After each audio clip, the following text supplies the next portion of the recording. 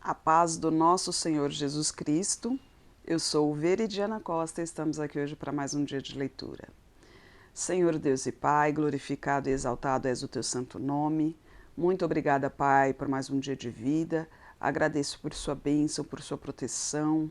Muito obrigada, Senhor, pelos teus livramentos, Pai. Por favor, nos abençoe nesta leitura. Que cada palavra sua, Senhor, seja ensinamento em nossas mentes e em nossos corações, nos inspire e nos direcione cada vez mais para perto de Ti. Estamos na segunda leitura bíblica, essa de sequência cronológica, ou seja, mais ou menos de acordo aos acontecimentos. Estamos no primeiro livro de Reis. Nós vimos que Acabe, o rei de Israel, ele tinha interesse na vinha de Nabate, e ele pediu, ele queria comprar essa vinha, mas essa vinha era herança de família, então Nabate não vendeu.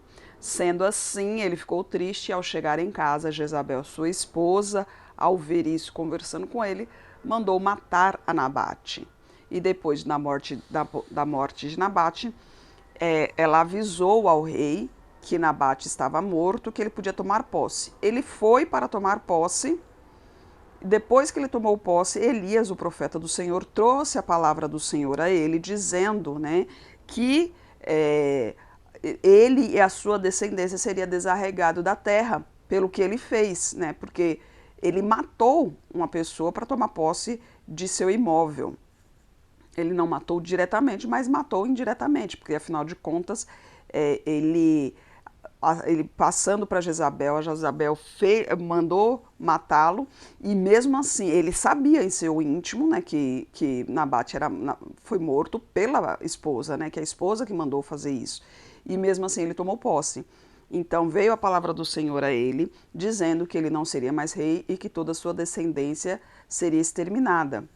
Mas Acabe, o rei de Israel, quando ele ouviu isso, ele sentiu temor em seu coração, né? Rasgou as suas vestes e tal. Ele se humilhou perante o Senhor e se arrependeu. Com isso, Deus, em sua infinita misericórdia, né, perdoou ele e disse que tudo bem. Mas que obviamente teria a punição, que a descendência dele não continuaria, mas que isso não aconteceria nos dias dele, né? Ele continuaria o seu reino e após ele, aí sim seria cumprido a justiça que Deus prometeu ali. E hoje veremos o capítulo 22, 1 Reis, capítulo 22, Micaías adverte a Acabe. E estiveram quietos 3 anos, não havendo guerra entre a Síria e Israel. Porém, no terceiro ano sucedeu que Josafá, rei de Judá, desceu para avistar-se com o rei de Israel. E o rei de Israel disse aos seus servos: Não sabeis vós que Ramote de Gileade é nossa e nós estamos quietos, sem a tomar da mão do rei da Síria? Então perguntou Josafá: Irás tu comigo a peleja a Ramote de Gileade? E disse Josafá ao rei de Israel: Serei como tu, o meu povo como o teu, e os meus cavalos como os teus cavalos. Disse mais Josafá ao rei de Israel: Peço-te, consulta hoje a palavra do Senhor. Então o rei de Israel reuniu os profetas, até quase 400 homens, e disse-lhes: Irei a peleja contra Ramote de Gileade, ou deixarei de ir? Eles disseram: Sobe, porque o Senhor a entregará na mão do rei. Disse, porém, Josafá: Não há aqui algum profeta do Senhor ao qual possamos consultar? Então disse o rei de Israel a Josafá: Ainda há um homem por quem podemos consultar ao Senhor. Porém eu o odeio, porque nunca profetiza de mim o que é bom, mas só o mal. Este é Micaías, filho de Inia. E disse Josafá: Não fale o rei assim. Então o rei de Israel chamou um eunuco e disse: Traze-me depressa a Micaías, filho de Imlá. E o rei de Israel e Josafá, rei de Judá, estavam assentados cada um no seu trono, vestidos trajes reais na praça, à entrada da porta de Samaria. E todos os profetas profetizavam na sua presença. E Zedequias, filho de Kenaana, fez para si uns chifres de ferro e disse: Assim diz o Senhor, com estes ferirás aos sírios, até todo os consumir. E todos os profetas profetizaram assim, dizendo: sobe a Ramote de Gileade e prosperarás, porque o Senhor a entregará na mão do rei.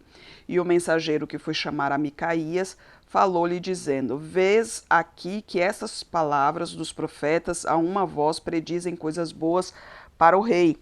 Seja, pois, a tua palavra como a palavra de um deles, e fale bem.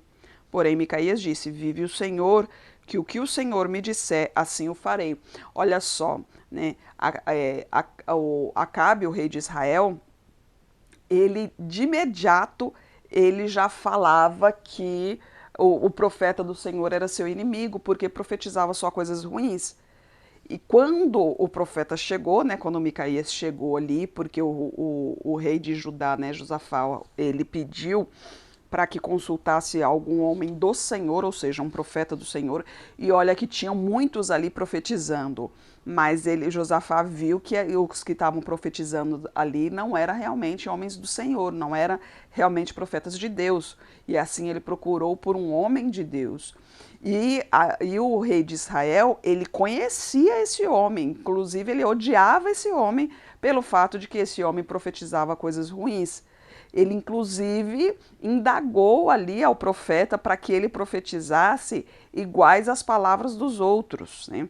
Mas, obviamente, ele sendo o homem do Senhor, deixou bem claro ali: eu só vou falar o que realmente o Senhor me mandar dizer.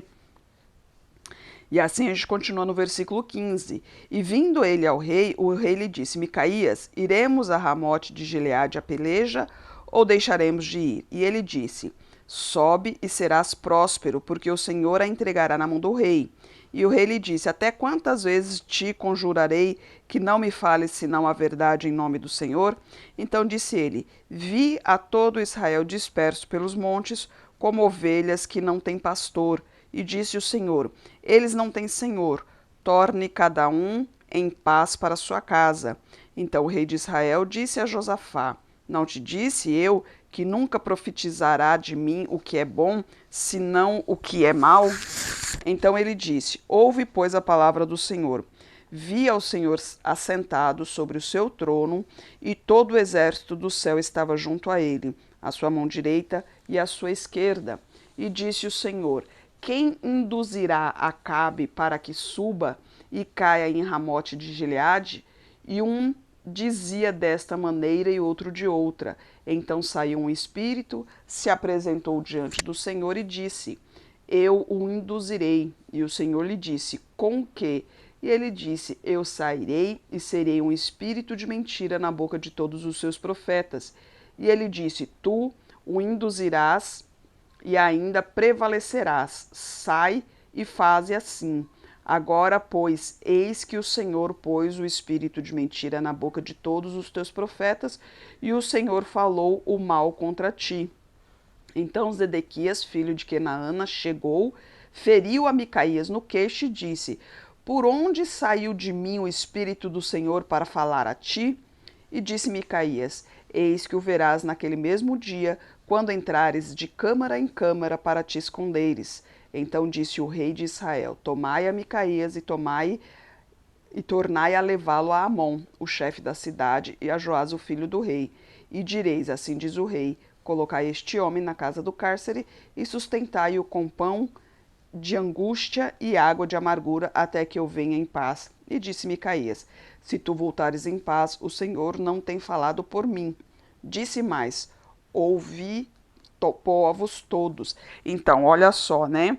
Aí a afronta de Acabe, né? Porque todos eles ali tiveram em si o espírito de mentira que Deus permitiu que chegasse a ele, né? Aí, quando fala aqui que Deus, no versículo aqui, que Deus pôs o espírito de mentira, ó, no versículo 3, agora, pois, eis que o Senhor pôs o espírito de mentira na boca de todos estes profetas, né, nos profetas do rei.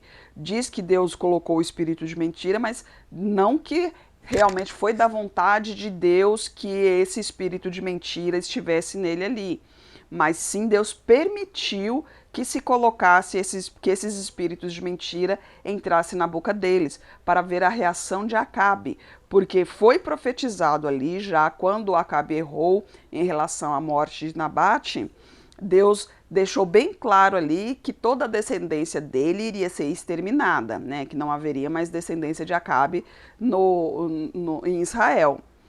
Ele, em seu coração, temeu ao Senhor, se arrependeu. Então Deus prometeu que isso tudo aconteceria após a morte do rei de Israel, né? Após a morte de Acabe. Só que Acabe continuou fazendo o que era errado.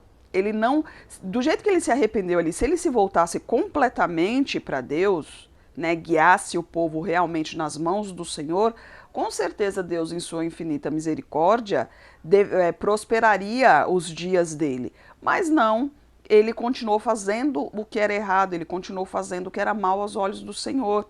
Então, quando Josafá chegou a ele para pelejar, né, contra Gileade, ele primeiro Josafá procurou um homem do Senhor, um profeta do Senhor, porque ele viu ali o espírito de engano nos profetas ali do rei de Israel.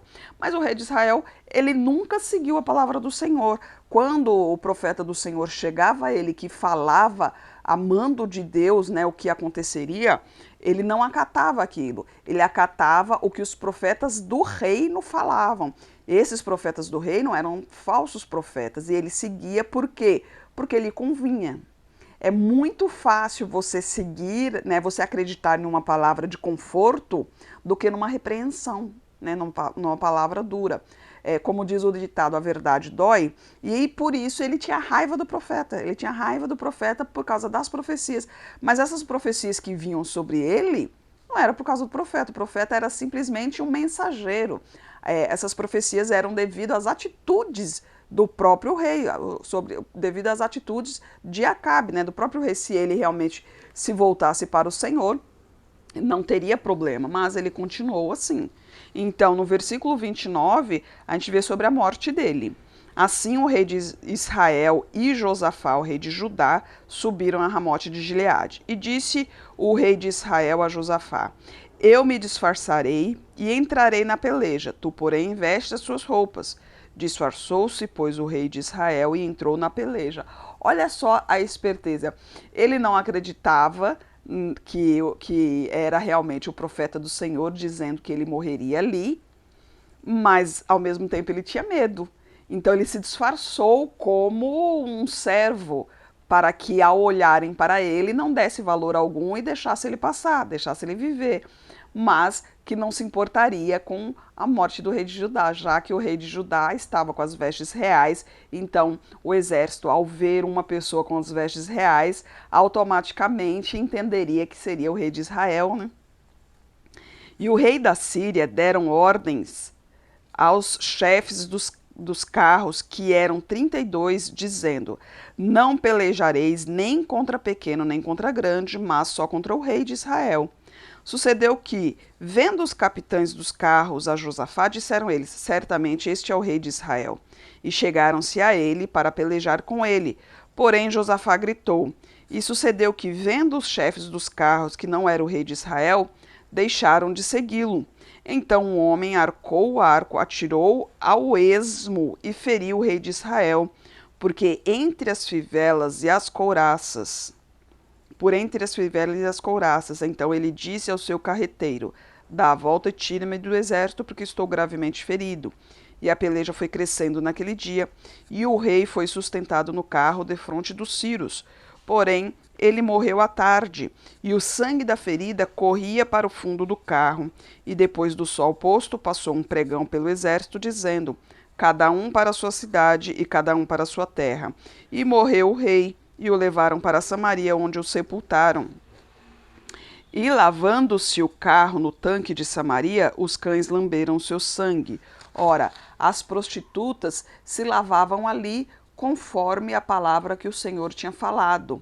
Quanto aos demais atos de Acabe, e a tudo quanto fez, a casa de marfim que edificou, e a todas as cidades que edificou, porventura não está escrito no livro das crônicas dos reis de Israel? Assim dormiu Acabe com seus pais, e Acasias seu filho reinou em seu lugar. Olha só, Deus disse para ele não ir nessa peleja, para ele não ir nessa guerra, porque certamente morreria ali. Ele não quis ouvir, ele foi, mesmo com medo, ele pediu para se disfarçar, né? Ele se disfarçou de servo ali para que ninguém reconhecesse ele como rei, e o rei de Judá ficou às vistas.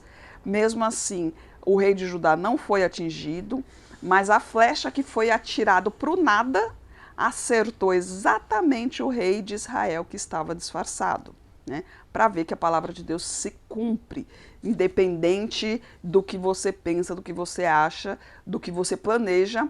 Quando Deus promete, ele cumpre. A palavra do Senhor diz que ele não é homem para mentir, nem filho do homem para se arrepender. Então ele não se arrepende quando ele faz uma promessa, ele cumpre, seja ela aos nossos olhos boa ou ruim, porque aqui ele estava fazendo justiça, porque ele matou uma pessoa por ganância, né? Mesmo que tenha matado indiretamente, mas ele matou por ganância. Então Deus prometeu ali que a descendência dele não estaria mais no trono, né? Nem ele, nem a descendência dele. Mas como ele se arrependeu, Deus permitiu que ele continuasse, mas ao invés dele continuar e voltar totalmente para os caminhos retos, não, ele continuou a fazer o que o seu próprio ego queria, e assim teve o seu final, né? E a gente continua no versículo 41. E Josafá, filho de Asa, começou a reinar sobre Judá no 4º ano de Acabe, rei de Israel. E era Josafá da idade de 35 anos quando começou a reinar, e 25 anos reinou em Jerusalém. Era o nome da sua mãe Azuba, filha de Sili. E andou em todos os caminhos de seu pai, Asa. Não se desviou deles, fazendo o que era reto aos olhos do Senhor. Todavia os altos não se tiraram. Ainda o povo sacrificava e queimava incenso nos altos. E Josafá esteve em paz com o rei de Israel. Quanto aos demais atos de Josafá, o poder que mostrou e como guerreou, porventura não está escrito nos livros das crônicas de Judá. Olha só a diferença, né? Judá, na sua maioria, os reis tiveram paz e tranquilidade, porque Judá escolheu para ser o seu povo, devido ao amor ao seu servo Davi, que sempre andou nos seus caminhos. Já Israel não. Israel normalmente andava nos passos errados, andava nos caminhos errados e normalmente continuavam nesse caminho. Sendo assim, Israel vira e volta, tinha guerra, né? Judá já não tinha guerra. Judá só acontecia algo como quando alguns do reino, ali, alguns dos reis acabavam saindo dos caminhos do Senhor. E a gente continua no versículo 47. Também expulsou da terra o restante dos rapazes escandalosos que ficaram nos dias de seu pai Asa. Então não havia rei em Edom, porém um vice-rei. E fez Josafá navios de Tarsis para irem a Ofir por causa do ouro. Porém não foram, porque os navios se quebraram em Ezion-Geber. Então Acasias, filho de Acabe, disse a Josafá: vão os meus servos com os teus servos nos navios. Porém Josafá não quis, e Josafá dormiu com seus pais e foi sepultado junto a eles na cidade de Davi seu pai, e Jorão seu filho reinou em seu lugar. E Acasias, filho de Acabe, começou a reinar em Samaria no ano 17 de Josafá, rei de Judá, e reinou 2 anos sobre Israel, e fez o que era mal aos olhos do Senhor, porque andou no caminho de seu pai, como também no caminho de sua mãe, no caminho de Jeroboão, filho de Nebate, que fez pecar a Israel. E serviu a Baal, adorou-o e provocou a ira do Senhor, o Deus de Israel, conforme tudo quanto fizera seu pai. Olha só, o oposto, né? Israel e Josafá, Israel e Judá, completamente o oposto. Judá foi escolhido por Deus porque, na época que foi escolhido, Davi era o rei de Judá e Davi andou sempre nos caminhos do Senhor. Teve os seus deslizes, né? Afinal de contas, ser humano, mas ele se arrependeu, se voltou para o Senhor, se manteve no caminho do Senhor. Ao contrário do que outros aconteceram, né? E no caso de Israel, não, Israel, todos os que vieram ali, Israel se permaneceu nos caminhos tortuosos, né, nos caminhos de adoração, dos caminhos que não agradavam ao Senhor. Então, Judá, na maioria das vezes, tinha paz e tranquilidade. Quando tinha guerra, vencia. Por outro lado, Israel sempre estava em guerra, porque eram pessoas que eram reis que não andavam no caminho do Senhor. O último rei de Judá aqui que nós vimos, ele ainda tinha altos, né? Ainda tinha lugares para sacrifícios a outros deuses, porque nem todos ali adoravam ao Senhor ali. Mas quando ele teve vontade de ir a Tarsis, né, devido ao ouro de Ofir, né, que ele é muito conhecido, que era o melhor ouro, eu não entendo assim questão de qualidade e tal, mas tipo, era o melhor, né?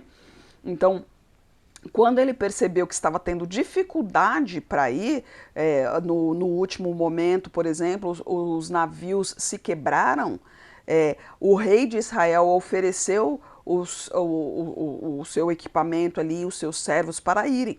Mas o rei de Israel teve em seu coração, falou, poxa, se tudo isso aconteceu é porque Deus não quer que eu vá. Então não foi, ele não aceitou a ajuda. E ali ele continuou tranquilo, continuou em paz, continuou seguro, e no dia da sua morte ele foi sepultado tranquilo ali junto com sua família. Então nos mostra, né? Deus, ele sempre nos mostra os dois caminhos, né? Como é o caminho vivendo com ele e como é o caminho vivendo sem ele. Se você conhece a Deus, mas você não quer seguir o caminho dele, porque afinal de contas, Deus é educado, ele só entra na sua vida se você permitir. Ele nos deu o livre-arbítrio, ele mostra os caminhos. Você escolhe o caminho que você decidir. Ele mostra o caminho que é seguindo a ele. Né? É um caminho de luta? Sim. É um caminho de provações? Sim, todos nós passamos por isso, independente da sua crença. Todos nós temos os nossos problemas, temos as nossas convicções, temos as nossas necessidades. Mas aquele que anda com Cristo, ele tem a paz de Cristo em seu coração. E ele tem a certeza da vida eterna. Ele tem a certeza de que, após tudo isso passar, nós ficaremos no reino do Senhor, onde é paz, tranquilidade, sem angústia, sem fome, sem miséria. Então, aqueles que andam com Cristo sabe o poder de Jesus Cristo, conhece o poder de Jesus Cristo e sente a paz que só Jesus Cristo é capaz de dar. Já aqueles que não seguem também continua com os mesmos problemas e tal, mas a paz que Jesus Cristo pode dar, essa pessoa não tem. Então ela fica angustiada, ela fica nervosa, ela fica irritada, ela fica preocupada, ela não sabe o dia de amanhã, ela já fica lutando pelo dia de amanhã, se o próprio Deus diz que basta cada dia o seu mal, ou seja, que vamos viver o hoje, amanhã pertence a Deus. Então, eles não têm essa certeza, né, essa convicção de que isso tudo é passageiro. E está à mercê do mundo. E a própria palavra diz que no mundo jaz o maligno, ou seja, pertence a ele. Estão suscetíveis ao mal. E a malignidade vem desde a meninice, né? Nós temos o mal e o bem dentro de nós. Prevalece aquele que a gente permitir. E quando a gente anda com Deus, ele nos ajuda a florescer o bem que está dentro de nós. E aí fica à disposição, fica a critério de cada um. Né? O que aí é certo é que um dia todos nós morreremos. Né? Agora, a sua crença do que vai acontecer após a morte vai de cada um, porque Deus deu livre-arbítrio. A nossa função aqui como cristã, como filhos de Deus, é levar a palavra do Senhor. Ele mostra o caminho. Ah, não, mas eu não quero seguir o caminho de Deus, tá? Ele vai te castigar por isso, porque você não quer seguir o caminho dele? Não, ele não é tirano para te obrigar a seguir. Se fosse isso, ele não teria dado o livre-arbítrio para o ser humano. Você não quer seguir o caminho do Senhor? Tudo bem, é a sua opinião, a sua decisão é essa. Se a sua decisão é essa, mas aí ele mostra que tudo o que acontece aqui nesse mundo aqui, a gente sabe que tudo o que acontece aqui, toda ação tem uma reação. Só que a física com Deus não funciona, porque para Deus nada é impossível. Então, ele pode ser capaz de fazer qualquer coisa, mas se você não está nos caminhos de Deus, você vai viver pelas leis terrenas aqui. Então, você vai viver de acordo à física. Toda ação existe uma reação. Então, tudo que você fizer, o resultado vai depender das suas escolhas. Não vai ter a intervenção divina. Ou seja, Deus fala para você, vai pela direita, porque indo pela direita você vai conseguir solucionar tudo, você vai ter êxito. Se você for pela esquerda, não vai ter êxito, né? Terão muitos problemas, você vai ter que tomar a decisão sozinho, sem a ajuda de ninguém, sem a ajuda de Deus, aliás. Você vai ter que tomar sua decisão sozinho e você vai responder pelo final, pelo resultado, né? Que eu não vou interferir. E na maioria das vezes o resultado é ruim, não tem o resultado que a gente deseja. E pior ainda, que muitas vezes esse resultado não faz bem para a gente mesmo. Então, aí depois no final o que acontece? Quer culpar a Deus. Poxa, mas aí ó, por que Deus permitiu que isso acontecesse? Não foi Deus que permitiu, ele me mostrou o caminho. Você que não soube escolher o caminho. Então, assim, na hora do que é bom, ninguém lembra de Deus. Mas na hora do que é ruim, quer culpar a Deus. Então, Deus mostra para você o caminho a seguir. Se você quiser seguir, siga, que você vai se dar bem. Se não quiser seguir, você está à sua própria escolha, você está ao seu próprio mérito. Pode acontecer de dar certo? Pode, né? Afinal de contas, muitas coisas são possíveis, né? Dentro do possível ali, as possibilidades pode acontecer qualquer uma daquelas possibilidades. Mas no final, você vai ver no final de vida, você vai ver o resultado. O resultado total de tudo que você passou na sua vida. Você faz errado a sua vida toda e no finalzinho da sua vida, você ainda nem se arrepende, você acha que estava certo em tudo, você acha que fez tudo muito bem, inclusive faria de novo. Aí você acha que vai, como que vai ser a sua vida ali? Você vai, o seu corpo vai morrer e acabou, não vai ter mais nada? Então, procure, como se diz assim, autoexamine, né?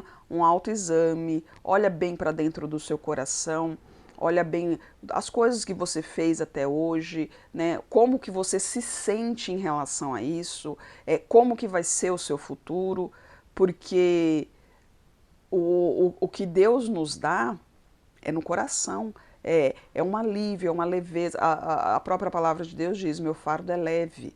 Porque no mundo, realmente, no mundo é muita cobrança, muita necessidade, é muita obrigação. E com Deus a gente vai perder isso? Não, a gente vai ter realmente, vai passar por essas cobranças, por essas necessidades, por essas obrigações. Mas quando Deus está conosco, Ele vai à frente. Então, quando aparece um problema, Deus já tem a solução lá no futuro. A gente não precisa ficar quebrando a cabeça pensando, nossa, o que, que eu vou fazer, o que, que eu vou deixar de fazer? Porque Deus já tem a solução. Então, busca o Senhor enquanto ainda pode. Ele te ama. Você fez coisas erradas na sua vida? Eu também fiz. Todos nós passamos por momentos difíceis, todos nós cometemos erros. Mas Deus é amor, Deus é misericórdia. Então, quando a gente se arrepende mesmo de coração, Ele se apresenta para nós, Ele nos abençoa, Ele nos enche com o Espírito Santo. E quando a gente está com o Espírito Santo, tudo fica mais fácil. Tudo, não é que serão flores, terão problemas, mas a certeza da solução, da vitória, isso nos dá força para seguir em frente. Senhor Deus e Pai, glorificado e exaltado és o teu santo nome. Muito obrigada, Pai, por essa mensagem, Senhor, por tua palavra. Eu peço a ti, Senhor, por essa pessoa que está orando comigo, Pai. Derrama a tua unção sobre ela, Senhor. Eu não sei o que se passa no coração dela, na vida dela, mas o Senhor sabe, Pai.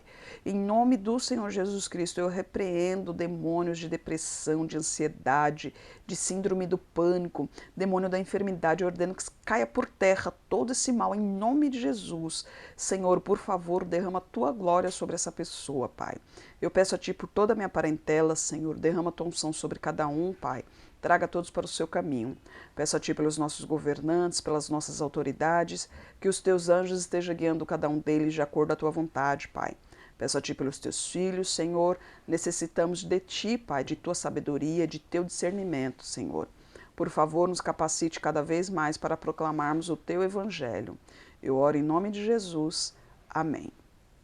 Que Jesus Cristo esteja em seu coração e que Deus abençoe.